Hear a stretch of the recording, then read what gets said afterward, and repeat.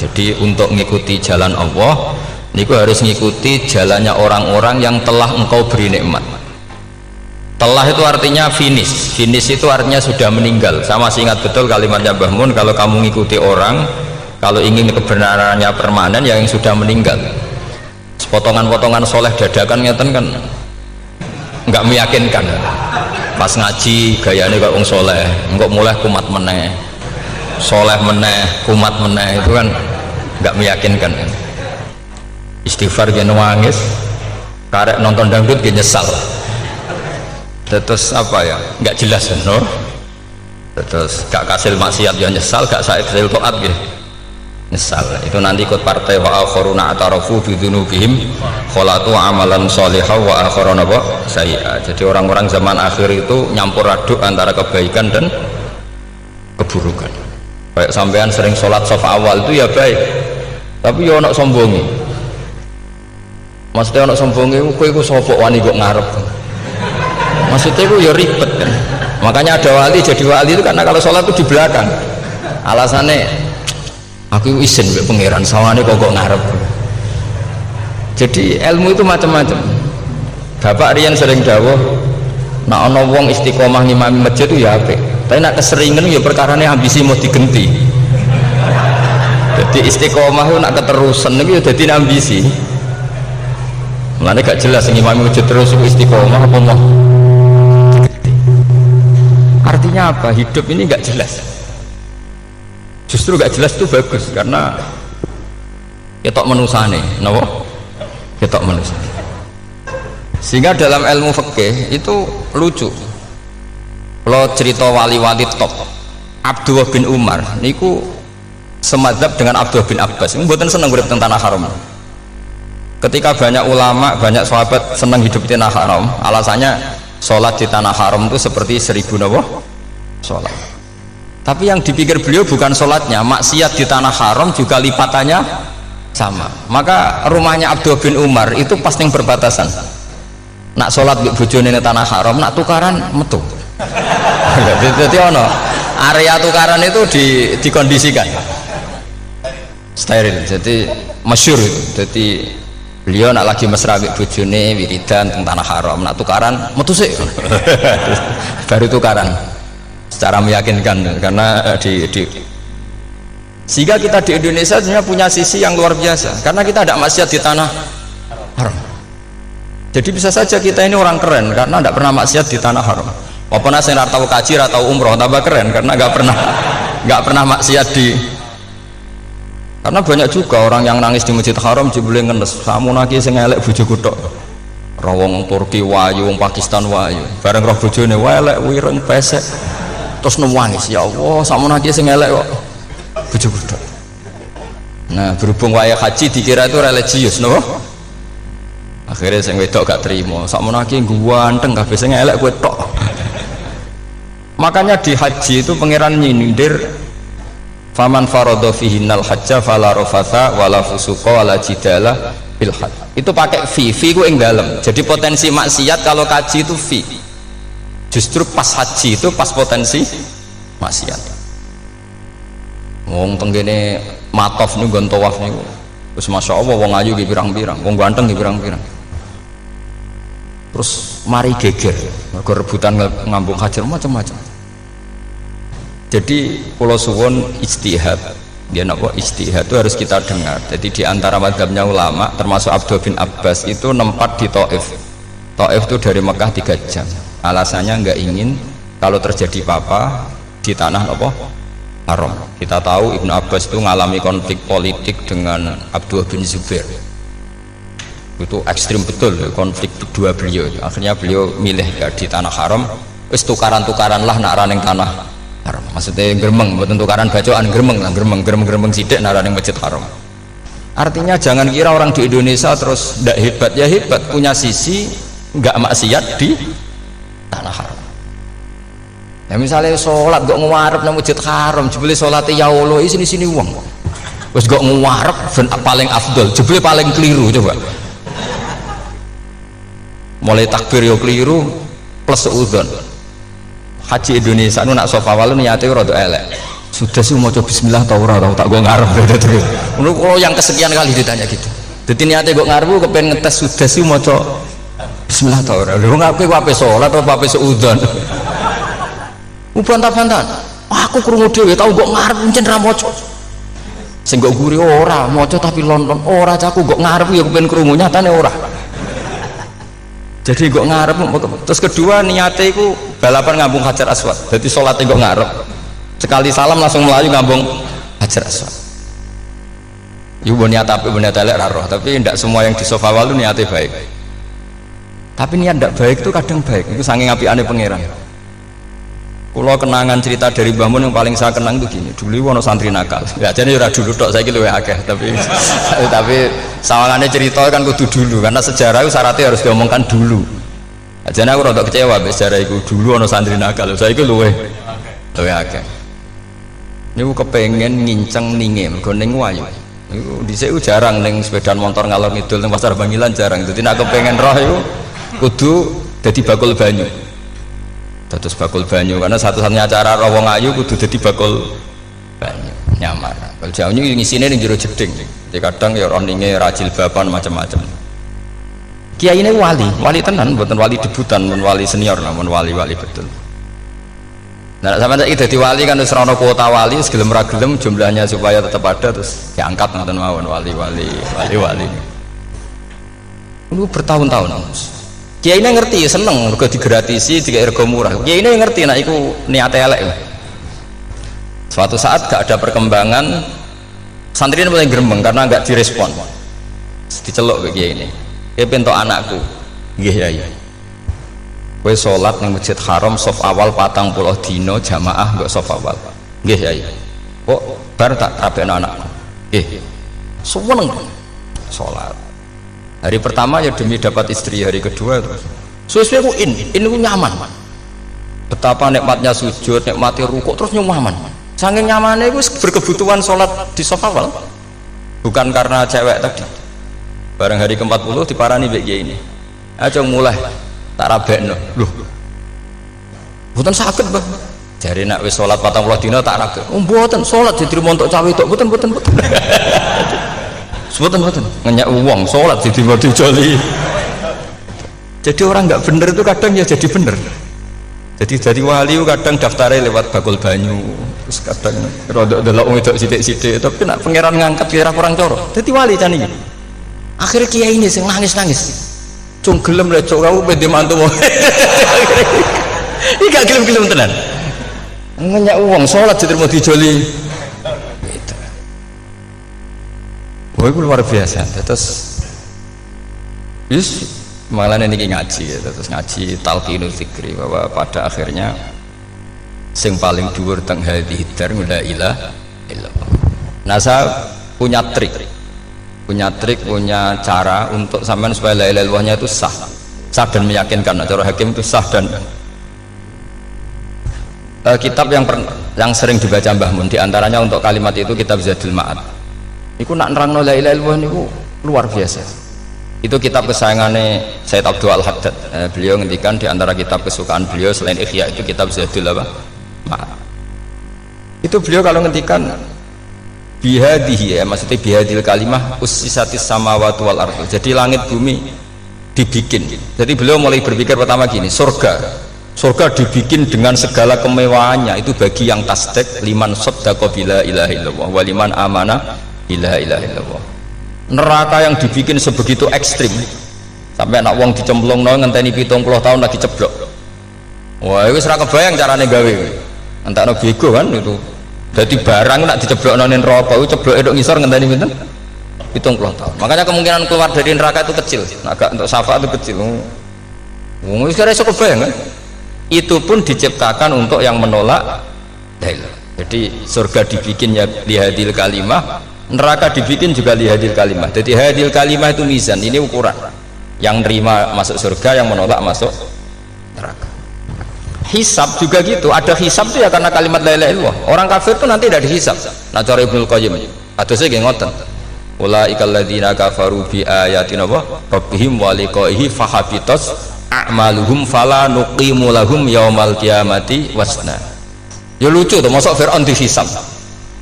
Kan sekarwan rokok kan. Jadi hisab itu nanti itu yang nggak jelas-jelas. Makanya sama hati-hati itu potensi dihisab. Jadi yang jelas itu ada hisab. Masa kanjeng Nabi dihisab kan tidak mungkin. Nabi Ibrahim masa dihisab. Fir'aun masa di, karena yang jelas surganya tidak dihisab, yang jelas nerakanya juga nggak dihisab. Tapi nak sing pengajian yo teko dan dutan yo teko lah ini yang ini yang itu. Ya itu hisab itu. Dulu biskop ya bayar, mlebu masjid ya bayar. Cuma ada biskop 10.000, nak masjid 2.000. Itu ya hisab itu nanti. Jadi orang kafir yang karuan kafirnya itu istilah Quran fala nuqimu lahum yaumal qiyamati wasna. Nah, artinya ada hisab juga tolak ukurnya la ilaha illallah. Terus wa bihadil kalimah bu isatir rusul. Karena kalimat ini Rasul diutus untuk melatih la ilaha illallah. Jadi kalimat ini luar biasa. Tapi setelah jadi tahlil terus mau coba ngantuk, terus jumlahnya kakean kan, terus akhirnya gak sakral. Akhirnya la ilaha dikomentari suwi temen. Pemenang nak sing mimpin tahlil wong tuwek terkenal suwi, lagi tahlil dipimpin mbah niki sing mburi mesti sambat wah suwi mesti. itu kriminal kita, itu kesalahan kita. Kalimat yang harusnya jadi tolok ukur surga neraka itu ukurannya kalimat itu, kemudian kita nganggap kalimat itu sebagai kalimat yang apa? Prop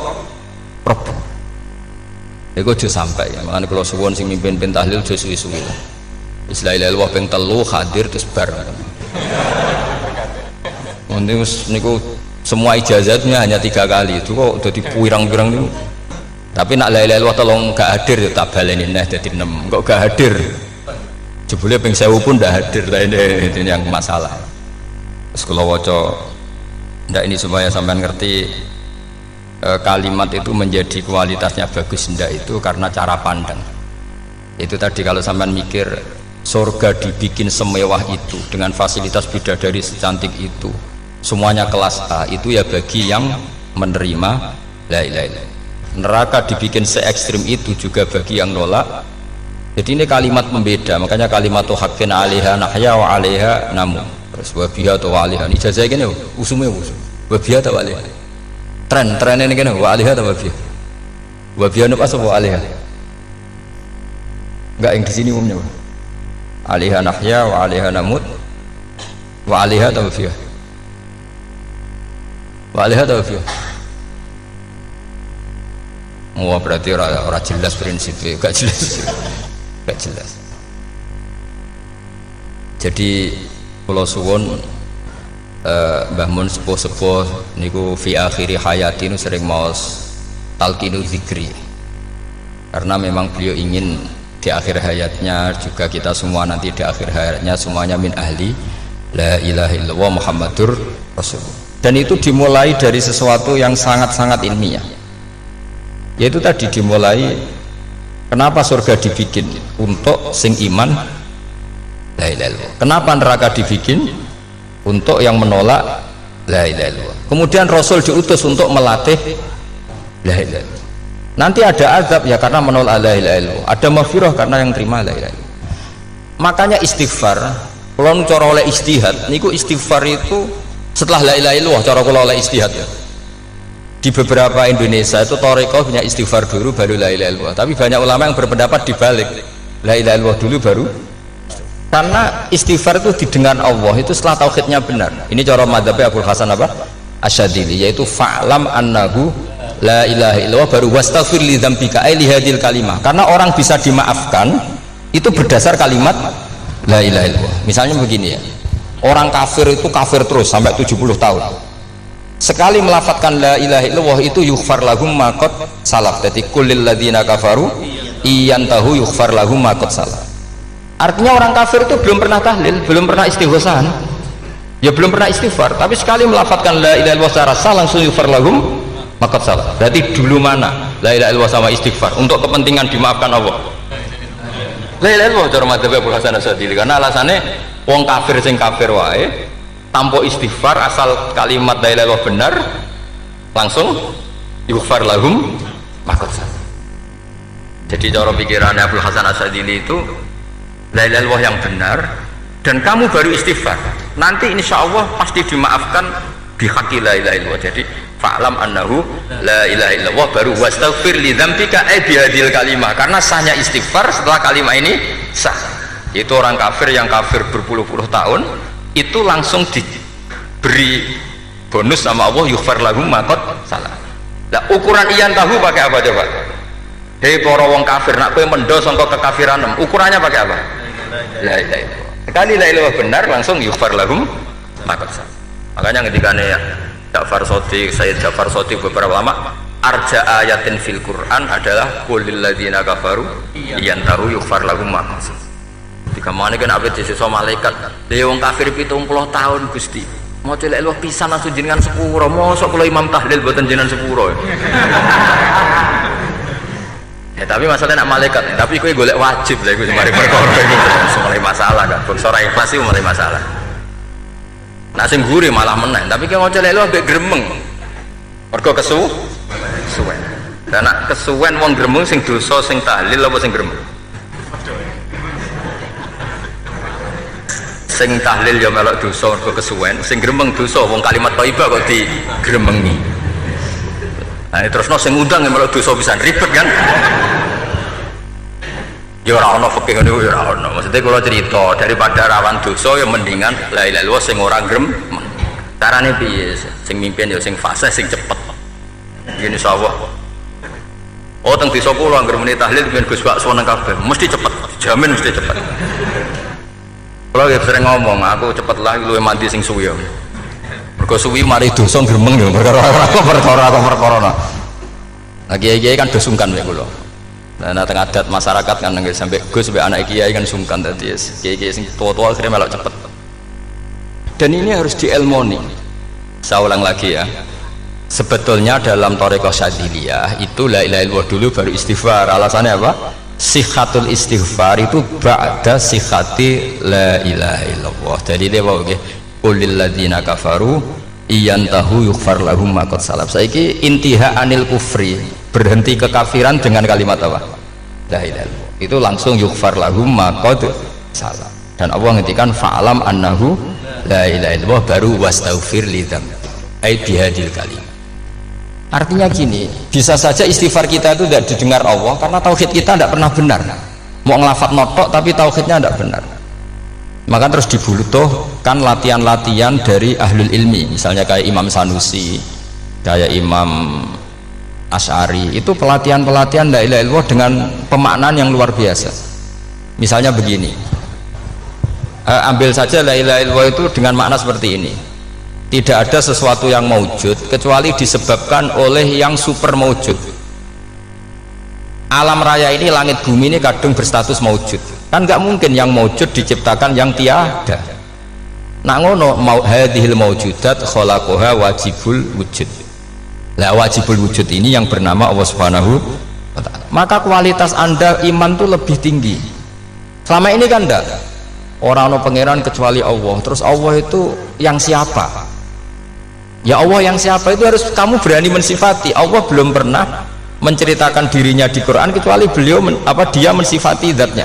Saya adalah sing khalaqas samawati wal arda misalnya. Saya adalah zat yang begini. Karena itu dengan cara itu bisa dikenali. Ya, dengan cara itu bisa dikenali. Makanya Allah itu harus kita kenali, yaitu lewat ma'rifatullah. Ibadah tertinggi adalah ma'rifatullah. Ya caranya ma'rifat tadi dimulai. Gak mungkin alam raya ini kemudian diciptakan oleh al-adam, sesuatu yang tidak ada. Pasti yang namanya maujudat diciptakan yang maujud. Karena maujud ini maujud pencipta harus super. Lah super itu bahasa Arabnya wajibul wujud. Karena pencipta harus awal. Gak mungkin Fir'aun itu Tuhan lahirnya di bumi, berarti dulu buminya ketimbang Fir'aun. Tuhan-Tuhan yang lain juga begitu, masa dulu buminya ketimbang Tuhannya. Makanya Allah pasti Tuhan betul karena bersifat awal, bersifat qadim. Nah kalau kamu mulai latihan gitu, iman kamu itu bil bayyinah. Dan syaratnya iman yang benar adalah bil bayyinah. Bayyinah itu jelas welo-welo. Makanya semua nabi memaklumatkan diri, qul inni ala bayyinatim mir rabbi lam yakunil ladzina kafaru min ahlil kitab wal musyrikin munfakina hatta ta'tiyahumul bayyinah. Jadi kamu harus punya otoritatif kebenaran sing sampai welo-welo itu layak balus syakka wal irtiyab, sudah agak bisa ragu lagi. Nah saya khawatir kalau kita sudah tidak ngaji seperti ini, la ilaha illallah itu mau rutinitas. Pemenang nak kasiat ribet meneng.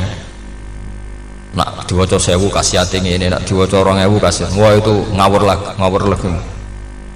Saya itu kemarin ketemu banyak orang pintar lah di Jogja. Itu saya cerita, mereka tanya saya, Gus kenapa engkau jarang berdoa? Saya bilang saya itu sering berdoa, cuma mungkin anda tidak tahu kata saya. Doa itu syaratnya harus setelah sihatil iman, imannya itu benar. Dulu ketika Gerwani itu kampanye komunis itu gitu, anak-anak kecil disuruh memejamkan mata, ayo kamu minta permen sama Tuhan, ternyata nggak dapat permen, suruh memejamkan mata lagi, coba minta sama bu guru, terus dikasih apa? Permen. Oh berarti yang ada bu guru bukan Tuhan. Artinya apa? Kalau umat Islam ini Islam ini kamu jual dengan doa, kemudian doa dipakai tolok ukur Islam bener apa enggak, habis kamu. Banyak orang ingin jadi Kapolri, jadi gubernur, jadi apa, seundang orang-orang kondungo. Wes nyangoni akeh gak mandi, mesti dihujat deh. Dan sing donga yang ngerti nak ra mandi, potongan wong seneng duit itu kan insya Allah ra mandi lah kan kira-kira. Jadi korbannya itu Islam kalau terus menerus doa yang dipakai apa? Transaksi. Maka doa itu nomor 2 atau 3, nomor 1 itu ya iman tadi, ma'rifatullah itu nomor 1. Bukan doa, karena kalau doa dijadikan nomor 1 takutnya itu dipakai ukuran. Makanya ketika orang kafir minta sama Nabi, minta itu ya bahasa Arabnya doa, untuk mengubah Mekah jadi begini, untuk mengubah Mekah jadi makmur, jadi ada sungainya, roh. Nabi gak mau. Padahal Nabi kalau doa pasti mustajab apa enggak? Tapi andikan itu diturutin, maka ukuran iman selalu pakai doa. Dan itu bahaya jangka panjang, karena Nabi pirsa pengganti beliau-beliau kamu-kamu yang nanti doanya tidak mandi, itu bahaya, itu tidak prospek cara hitung-hitungan. Iya nak zaman Nabi donga mesti mati. Nak ketika era sampean dia nak kiai tenan Pak, kalau dongakno sugih, nak ora sugih kira kiai kan ribet. Mungkin dhewe kiai ora sugih kan ribet kan. Maka kita sebagai ulama itu punya hitung-hitungan. Nah beda dengan pakai ma'rifatullah. Misalnya begini, ini contoh paling gampang. Orang kafir itu dulu mengukur kebenaran Muhammad, mereka tentu manggilnya Muhammad. Muhammad, kalau kamu mengklaim bahwa orang mati bisa hidup lagi, coba mbah-mbah kamu yang sudah mati bangunkan. Kalau bisa berarti kamu benar, kalau enggak ya enggak. Pertanyaannya itu yang faktu bi abaina in kuntum apa? Sodikin. Pertanyaannya, ngukur kebenaran dengan cara itu yang bikin standar siapa? Nah, Nabi itu sempat terdesak karena itu dipakai ukuran. Tapi kalau pakai ilmu mantek, jawabannya lebih gampang. Ngukur kebenaran dengan cara itu versi siapa? Versi saya. Kamu benar itu kalau bisa membangkitkan orang mati. Terus jadi Nabi, ya kalau versi kamu ya kamu yang membangkitkan, nanti ditanya bareng-bareng. Loh ini kan kita seperti itu kan, kita sering. Artinya apa? Islam ini yang bisa mengawal hanya ilmu. Doa itu nomor 2, yang bisa mengawal Islam hanya fa'lam, harus ilmu annahu la ilaha illallah. Ketika orang kafir lo tanya, Muhammad kalau kamu Rasul betul, fasayir jibala Mekah, jibala Mekah kamu jalankan kemudian jadi emas. Dan orang-orang yang mati bangkitkan, kemudian kita tanya, adinuka hakun amla, agamamu benar apa enggak? Nabi andikan minta kira-kira dituruti Allah apa enggak? Pasti dituruti. Tapi masalahnya, masa menunggu itu? Masa Allah menjadi Tuhan nunggu itu? Allah selalu Tuhan baik orang percaya atau tidak. Makanya Allah tidak mau nuruti, karena itu jadi problem jangka panjang. Iya kalau Nabi mustajab doanya, terus era umatnya seperti ini, sing kiai ini bedino dalail ora mesti mandi dongane. Wis sing tirakat lah ora mesti mandi dongane. Nak bab donga niku wis padha wae lah. Misalnya mesti mandi, nak wong waras mesti dinggo donga husnul khotimah, ora dinggo golek sugih, itu mesti amatir. Lah masalahnya nek dinggo husnul khotimah bagi mereka yang kedonyan ya gak ngefek, dianggap tidak prospek. Panjang kan? Makanya itu pinternya Nabi, nomor 1 itu al ilmu, fa'lam annahu la ilaha illallah. Lagi wastaghfir li dzambi. Gimana kalau suwon, kenapa ini cerita Mbah Mun, kenapa akhir-akhir beliau sering talqinu zikri, sering melatih zikir? Itu sirinya diantaranya bahwa kalimat ini harus menjadi kalimat super, kalimat sing alaiha nahya wa alaiha namut wa alaiha nub'ats atau wabiha nub'ats insyaallah ta'ala minal amin. Ya itu tadi, kita sebagai kiai itu ikut menjaga ini, jangan sampai kalimat ini membosankan. Tahlile suwi barbar segitu ram ono sing nyoal la ilaha illallah Muhammadur Rasulullah lane kurang panjang wakaf ta ora terus panjang. Bahwa agama ini dimulai hatta ta'tiyahumul bayyin. Jadi sesuatunya harus benar-benar sampai jelas. Orientasi para ulama dulu itu cara menerangkan la ilaha illallah itu sampai difahami an bayyinatin. Makanya semua nabi memaklumatkan diri kul inni ala bayyinatin mir rabbi. Sampai di situ. Dan semua cerita-cerita di tafsir Jalalain di apa-apa itu ukuran kebenaran itu lam yakunil ladzina kafaru min ahlil kitab wal musyrikin namun fakina hatta ta'tiyahumul bayyinah. Monggo. Maka semua kita itu harus punya kecakapan untuk merangkai dalil. Kalau ada pengalaman saking kitab-kitab turos, kitab-kitab dulu. Itu ketika beberapa ulama ditanya, dulu ketika ulama-ulama dulu berdebat tentang apakah imanul muqallid, imannya orang yang tidak bisa berargumentasi tentang Tuhan itu diterima apa enggak, rata-rata ahli sunnah bilang diterima, tapi tetap dengan catatan itu potensi goyah. Idzkullu man qallada fit tauhidi imanu lam yakhlu min tardidi. Tapi ternyata ulama-ulama itu prakteknya juga mengajari masyarakat supaya ada sedikit dalil atau kepastian logika. Masyhur itu ulama dulu ketika tanya orang-orang Arab, orang-orang desa, ya Arabi, bima arafta rabbak, kamu kok tahu kalau Tuhan itu ada, itu gimana? Jawabannya mereka meyakinkan, al-ba'ratu tadullu alal ba'ir wa atharul aqdam yadullu alal masir. Ono tletonge sapi ya mesti ono sapine, ono atharul aqdam artinya ono tipake wong liwat ya mesti ono sing liwat. Sehingga itu sudah dianggap cukup, kalau ada makhluk ya ada khalik. Artinya terus menjadi gampang ketika Allah ngendikan misalnya am khuliqu min ghairi syai'in, mosok hadhil makhluqat sing maujudat kemudian khalaqahal adam, itu kan nggak ketemu akal. Maka termasuk kekaguman saya sama kitab Fathul Bari sarahnya Bukhari itu ngendikane wahada sing inda ahlil mantak yusama iltidzadan aklian, bahwa agama ini harus ada kenyamanan secara akal. Kalau Nabi membahasakan wajadah halawatal apa? Iman yang manis itu misalnya kita profesor, kita ilmuwan, kita seorang yang top, yang paling cerdas di dunia, kemudian kamu secara agama didogma oleh pimpinan agama kamu, kebetulan pimpinan agama kamu misalnya komunis, terus diberi ajaran misalnya hadhil maujudat khalaqahal adam, yang maujud ini diciptakan ketiadaan. Kan mungkin profesor lah mesti stres, piye wong Adam kok ciri utama ketiadaan ya layu asiru saya tidak ngefek. Bandingkan dengan misalnya kita goblok lah, petani lah, wong paling goblok lah misalnya diajari bumi ki ono mbah wonten, terus sing gawe bumi ono ya ono, wong barange ono kok sing gawe ra ono. Lebih gampang lah itu cara Fathul Bari. Hadaddin itu mudah sekali, sahlah qoriba. Kalau dalam baca Said Abdul Al-Haddad itu hadil kalimah sahlah qoriba. Sahlah qoriba itu enak difahami karena ya sudahlah, kalau hadil maujudat ya khalaqal maujud. Berhubung maujud ini maujud khaliq ya wajibul wujud, kira-kira maujud super lah atau kausa prima atau apa. Jadi segampang itu lama menerangkan tauhid. Nah khawatir saya kalau penjelasan seperti ini sudah hilang, terus mau wong takok kasihate nak maca sak mene paket ngene, nak sak mene paket ngene. Lah nak ramandi terus mental, jute la ilaha illallah yo ngobos. Nah ini kan jadi tersangka. Makanya saya tadi bilang, saya berkali-kali saya belajar tauhid, belajar ilmu mantek, itu kepentingan saya hanya satu, supaya orang familiar dengan logika la ilaha illallah. Yaitu tadi mulai yang pelatihan kelas ringan, yaitu tadi al-ba'ratu tadullu alal ba'ir wa atharul aqdam yadullu alal masir, sampai pelatihan yang agak berat, tapi sebenarnya tidak berat-berat banget.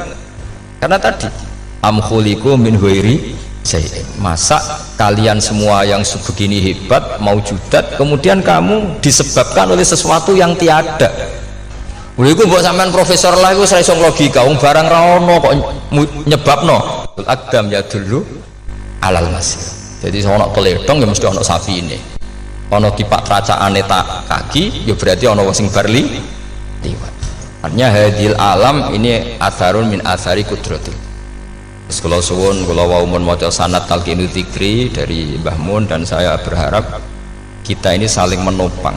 Makanya saya Gus Zofur itu sering belajar mantek sampai belajar usul fikih, karena nggak bisa kita tanpa ditopang ilmu-ilmu seperti itu, tidak bisa, karena banyak khurafat, banyak syubhat. Termasuk penumpang paling gampang adalah Anda berislam secara senang, secara ceria, supaya tidak kepikiran nyuwun sewu pindah agama atau pindah ke yang macam-macam. Makanya diantara rumusnya Islam itu raditu billahi robba. Raditu itu puas, sampai cari di kamus, ridho itu puas, marem. Ojo mbok maca di pangeran Allah pah-pah. Makanya kalau berharap jenengan jangan sering berdoa, nanti gampang kecewa, karena potensi tidak mandinya lebih tinggi gitu loh. Jadi pokoknya seneng pangeran itu sapa sing gawe langit bumi, sing ngekek oksigen ora usah bayar, sing aku elek lah ya payu rabi, nyifati pangeran sing wis terjadi, ora usah bayangno. Wah aku jaluk jadi bupati ora jaluk sugih ribet. Lho kula kecelok wong alim mboten nate nyifat donga nemen-nemen. Sing wis kliwat e. Ngaku ya wong narukan nyatane payu rabi. Umume wong di mobil kaya di mobil. Umume wong bingung ya sering melok bingung. Sudah pokoknya. Lho kok sampean kok ora top ya coba. Wong melarat sekolah ya ora tamat, ya tetep oleh menghirup napa oksigen. Presiden seneng jadi presiden, kowe ngopi untuk utangan ya wis semeneng. Semula ra diusir bojo ya wis semeneng. Sebenarnya seneng itu gampang. Mbok yo nyifati pangeran sing wis gampang-gampang lah, kayak di Quran itu nyifati Allah itu alhamdulillah alladzi atamani wa saqoni. Aku melarat lah nyatane kelar mangan. Ya sudah yang gampang-gampang. Lah sampean ndak kakian donga ben sugih. Kula bolak-balik cerita, kula nanti dolani wong elek. Rayu elek sowan kula. Kula kenangan terbaik saya dadi kiai gini. Gus kula dongakno dadi sugih. Tenane, Mbak? Nggih, tak critakno. Nak bojomu iku sugih. Sing pertama ditoto apa? Omah Gus ya, omah ditoto. Suwe-suwe mobil ditoto Alfa. Terakhir sing dievaluasi ku sampeyan. Omah wis apik, mobil wis apik, sing elek apa? Bojo mesti sampean kena evaluasi. Iku wis mesti ya. Akhirnya Strasito. Jadi kula nu nate bully tiyang terbaik lah. Kenangan saya terbaik jadi kiai ini gini. Akhirnya iya Gus. Kan gak mungkin omah suwapi, mobil suwapi. Coba yang kamu evaluasi apa? Mulai artinya sudah lah, tidak usah kepengen itu dikurangi lah. Hubungan kita dengan Allah itu mensifati itu insya Allah pasti lebih indah. Ya misalnya kita Islam ya alhamdulillahilladzi hadana li hadza ma kunna linahtadiya laula. Sudah, tapi sekali sampean mikir ustaz wangi Islam ya mesti mlebu swarga. Oh mesti kena was-wase setan, tak jamin. Ustaz wangi salat ya mesti swarga. Tapi nak sampean alhamdulillahilladzi ja'alana minas sajidin wasyakirin aman. Maka alhamdulillah itu kalimat paling keren. Makanya da'wahum fiha subhanakallahumma wa tahiyyatuhum fiha salam wa akhiru da'wahum alhamdulillahirabbil alamin. Jadi pokoknya ngoten. Sore pura usah kakek jaluk, karena potensi tidak mandi itu tinggi. Sama ndak kutub, ndak ahdal, ndak abdal, ndak apa saja. Is donga is umume wong-wong lah. Dunia hasanah fil akhirati hasanah wa qina adzabannar. Hasanah go piye artine pokoke hasanah. Pokoke hasanah fil akhirati ya hasanah. Nek iso hasanah ya rabi jauh jenenge hasanah pokoke sementing. Karena kula niku pengalaman dadi kiai, angger wong kok kakean donga mesti kakean ngeluh. Ya karena potensinya ada mandi. Jajal sampean ndonga apa jajal? Selama ini kan njuk mapan yo ora tau mapan. Njuk sugih yo rakus, wis diparingi cara pangeran wis maringi jebule sampean ingin lebih. Makanya saya mohon sekali, jadi hubungan dengan Allah itu nomor satu itu syukur. Syukur itu di atas takwa. Di Quran itu ada fattaqullaha la'allakum tashkurun. Jadi takwa itu supaya ke derajat syukur. Karena tadi lah, cobalah dilatih.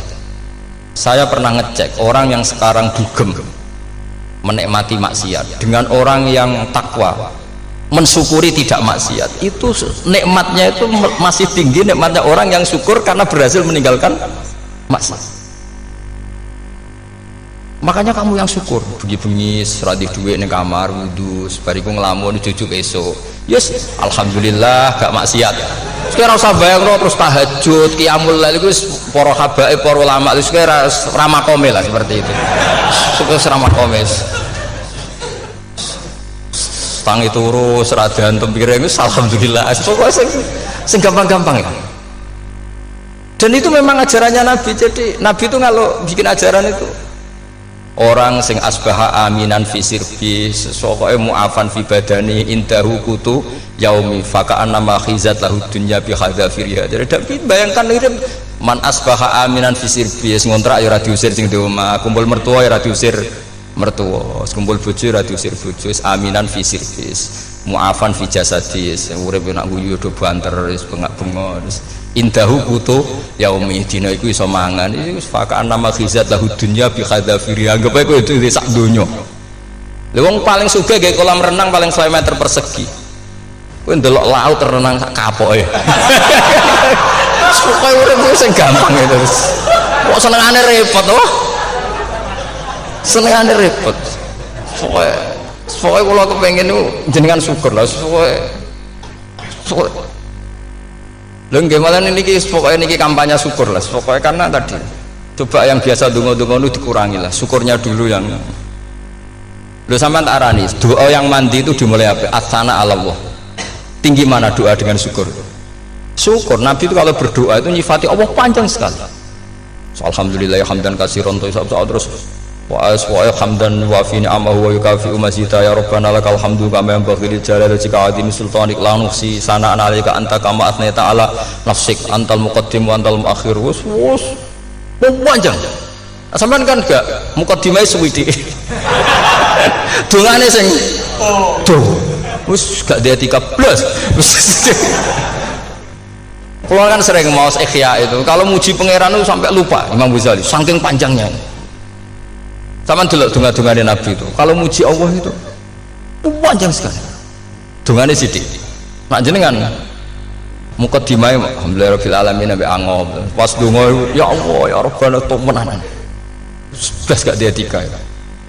Jadi saya mohon sekali ya, agama ini harus bifarohin wasururin kalau donga yang paling kalau kenang sama Mbah Mun gini wis farihi namuna amin semuanya kita itu pokoknya seneng makanya kalau suwun lah pokoknya beragama terus seneng rodi itu bila roba rodi itu kalau anak maknanya marem di pangeran Allah itu marem atau Sayyidina Ali lah kafani izzan antakuna li robban wa kafani fakhran an akuna laka abdan pun gustin tak bangga kula dadi manusa mergo pangerane jenengan ya cara di pangeran Fir'aun kan yo ribet wae terus mati tenggelam dadi ton terus wa kafani fakhran an akuna laka abdan kula nu seneng banget mergo dadi kawulane jenengan. Misalnya jadi kaulane presiden ya iso coplok, kaulane menteri kadang ketangkep KPK, kaulane musuga kadang bangkrut, ribet kan? Makanya beliau ngendikan kafani izan antakuna li robban wa kafani fakhron an akuna laka apa? Abdan. Terus niki kalau rati provokatif lah, semergi zaman akhir sampai pandemi ngeten ora syukur ribet. Setelah saya jadi kiai dan penelitian, saya itu berkali-kali didatangi dokter, tentara, juga polisi. Mereka sering bilang gini, Gus saya ini dokter negeri, saya ke NTT, ke Papua, karena saya muslim, berkebutuhan Islam, maka dibikinkan musola, dibikinkan masjid. Kalau kiai tidak bisa, bikin sendiri urunan mau narik siapa, mau narik tarikan di jalan yang mau nyumbang siapa. Tapi kalau kebutuhan negara karena tugas negara ya difasilitasi negara dan tidak dianggap misionaris karena negara. Begitu juga di beberapa negara yang non muslim kayak di Argentina, di Venezuela itu ada masjid, ada kajian Islam ya karena duta besar dan itu aparat negara. Disinilah kearifan para ulama berkoalisi dengan umarok dengan makna yang positif bahwa agama ini harus ditopang umarok, sistem negara. Tentu di situ ada tentara, ada polisi, ada macam-macam. Kita sebagai kiai juga nggak berdaya di depan para bandar narkoba apa-apa kalau nggak ada BNN. Kita mau apa dengan korupsi kalau tidak ada KPK? Sehingga kearifan para guru-guru kita, mulai Mbah Maimun, bapak saya sendiri, NU, Muhammadiyah, semua ormas-ormas Islam itu pasti maulah kerjasama, karena kita siapa kalau tidak kerjasama. Dan diantara pesan Rasulullah SAW adalah yaduwahi ma'al jamaah. Jadi apa ya, kebersamaan itu sudah berkah. Fa inna yadawahi ma'al jamaah. Jadi berkah. Lalu kenapa saya kalau ngaji bawa kitab ini agak sebetulnya itu lazim itu suatu yang harus. Tapi karena kelamaan mubaligh itu tidak pakai kitab, seakan-akan bawa kitab itu yang aneh. Sebenarnya aneh mereka. Karena begini logika simpelnya ya. Umat Nabi ini berhak dapat apa coba? Berhak dapat warisan yang paling luhur, paling hebat, paling jernih. Apa itu Quran dan hadis? Pertanyaannya, siapa yang paling punya hak otoritatif untuk menerangkan Quran hadis? Ulama. Ulama yang mana? Ya yang kapabel, yang sudah diakui dunia kayak Imam Ghazali, Imam Bukhari, Imam Syafi'i. Artinya kalau kita tidak pakai materi itu, ulama mendapat pikiran kita, bukan mendapat pikiran mereka. Saya ulang lagi, kalau kita tidak pakai materi yang otentik, yang orisinil, umat ini mendapat pikiran kita, bukan pikiran mereka. Maka saya berusaha supaya teman-teman atau semua umat Islam dapat pikiran-pikirannya Imam Ghazali, pikiran-pikiran Imam Bukhari, pikiran-pikiran Abdul Qasim Al-Junaidi, kejernian-kejernian Abu Yazid Al-Bustami. Kejernihan itu diantaranya adalah misalnya makalah yang menurut saya itu makalah yang super. Jadi untuk ngadepi krisis karena COVID atau karena apalah, itu lama dulu sederhana sekali. Beliau punya rumus yang mungkin jarang didengungkan orang, tapi saya akan kampanye rumus ini. Al-istighna, hakikatul istighna itu adalah al-istighna anis syai' labihi. Jadi pemenuhan kebutuhan yang sebenarnya adalah kita berusaha menghindari sebanyak mungkin kebutuhan yang sekunder, yang enggak penting. Bukan memenuhi semua yang kita inginkan. Jadi misalnya begini ya, kalau kita lapar, itu keinginan kita itu makan enak apa asal makan? Tentu jawabannya asal makan yang sehat. Tapi kalau nuruti nafsu kita, makannya yang enak, teman makan ya enak, terus di warung yang favorit. Ini kan satu kebodohan. Kenapa untuk makan saja butuh definisi sekian banyak? Yang kita harus kecewa, warung favoritnya bisa sudah tutup, atau kita ke sana harus macet, ribet. Yang benar-benar arif dan bijaksana itu adalah al-istighna anis syai'. Sesuatu yang tidak mendesak itu jangan jadikan kebutuhan. Sehingga kalau kita puasa misalnya, semua makanan itu enak karena kita sangat lapar. Sehingga Abdul Qasim Al-Junaidi ketika ditanya ma'idamu to'am, lauk makanan itu apa? Jawabannya lucu, alju, lapar. Kalau kamu lapar ya semuanya enak. Ini sudah mulai hilang. Kita bilang makan enak itu ya sate, ya gulai, ya pizza yang kita senang. Akhirnya apa? Untuk nikmatnya Allah itu kita jadi ribet. Apalagi yang orang-orang fasik harus ditemani perempuan yang tidak halal misalnya, atau harus ada ajudan, ribet. Nah pertanyaannya, orang yang ribet sama yang nggak ribet itu pinter mana? Pinter yang nggak ribet. Nah ini kearifan-kearifan yang mulai hilang. Lalu siapa yang bisa mewarisi itu? Ya ulama. Jadi ulama itu cara berpikir sebenarnya simple. Makanya mereka sering kalau tahajud itu, di antara makalah Sayyidina Ali paling terkenal dan yang menjadikan beliau punya derajat yang luar biasa itu adalah kafani izzan antakuna li robban wa kafani fakhran an akuna laka abdan. Ya Allah, saya ini sudah begitu mulia, begitu terhormat dan sangat-sangat terhormat karena yang menjadi Tuhan itu Engkau. Jadi rumus pertama itu karena menjadi Tuhan itu Engkau. Hanya Tuhan yang abadi, Tuhan yang pertama, hanya Tuhan yang al-awwal. Coba ya Allah, kalau saya ini punya Tuhan Fir'aun, punya Tuhan mati jadi tontonan lagi, itu kerennya di mana coba? Andaikan kita punya Tuhan Fir'aun, atau punya Tuhan yang asal usulnya manusia, apapun hebatnya manusia itu, kita punya Tuhan manusia itu. Tuhan yang lapar, yang kalau nggak makan mungkin pingsan, mungkin bisa kena COVID, nanti Tuhannya diisolasi, kayak apa? Makanya ketika Tuhan Allah menyindir ketuhanan selain Allah itu, Allah hanya menyindir dengan kalimat sederhana, karena yakulanit to'am, yang kamu tuhankan itu masih makan. Hanya kalau nggak makan ya lemes. Jadi lama-lama ada orang gini, alhamdulillah tadi Tuhan mampir ke saya, kelihatannya lapar, setelah tak kasih makan sehat lagi. Susah nggak punya Tuhan yang seperti itu. Beda dengan Tuhan kita. Tuhan yang nggak butuh makan, nggak butuh minum, Al-Qayyum, zat yang berdiri sendiri tanpa butuh yang lain. Al-Awwal, sebelum ada langit bumi sudah ada Tuhan kita yaitu Allah. Bandingkan dengan Tuhan-Tuhan yang di pertuhan yang lain, yang adanya setelah bumi, misalnya Fir'aun dan sebagainya. Sehingga Sayyidina Ali pertama jadi kebanggaan apa? Kafani izzan antakuna li robban. Saya ini keren betul karena punya Tuhan yaitu engkau, Tuhan yang lahul asmaul husna, Tuhan yang semuanya punya kebaikan, punya keabadian, punya keagungan. Terus wa kafani fakhron an akuna laka abdan, dan saya bangga sekali karena saya menjadi hambamu. Kalau saya jadi hambanya Pak Rektor ribet kan, sudah tak hormati ternyata nanti tidak rektor, ya kan ribet kan. Terus pokoknya ribet, jadi budaknya manusia itu ribet. Makanya ada seorang wali datang ke temannya yang jadi presiden atau jadi raja, datang ke situ karena tidak punya uang, mau minta uang karena temannya raja. Setelah sampai sana ternyata temannya ini karena orang soleh pas berdoa, ya Allah saya minta ini, minta ini, minta ini. Terus si wali tadi pulang. Kenapa kamu pulang? Ternyata dia sama, masih minta-minta kayak saya. Jadi sederhana, sama-sama minta kamu, minta zat yang kamu mintain. Jadi dulu itu orang itu sebegitu dekat dengan Allah. Sehingga si raja ini terus ketemu wali tadi tanya, kenapa kamu menyepelekan saya? Padahal sekarang saya raja.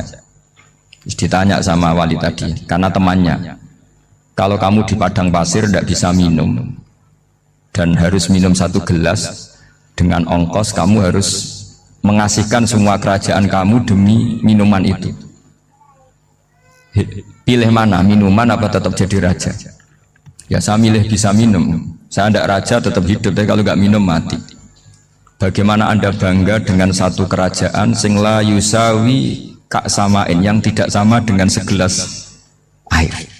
Jadi artinya terus mereka melihat jadi raja itu ya biasa, jadi presiden biasa, jadi rektor biasa, karena mereka biasa berlogika hakikatul izzah itu ya taqarrub ilallah, yang benar-benar terhormat itu ya dekat dengan Allah.